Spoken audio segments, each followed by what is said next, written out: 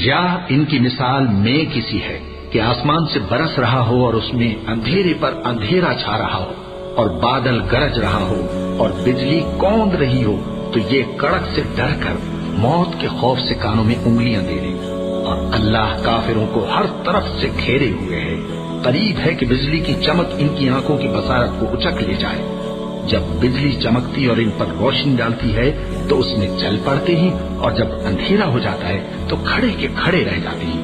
اور اگر اللہ چاہتا تو ان کے کانوں کی سنوائی اور آنکھوں کی بینائی دونوں کو زائل کر دیتا۔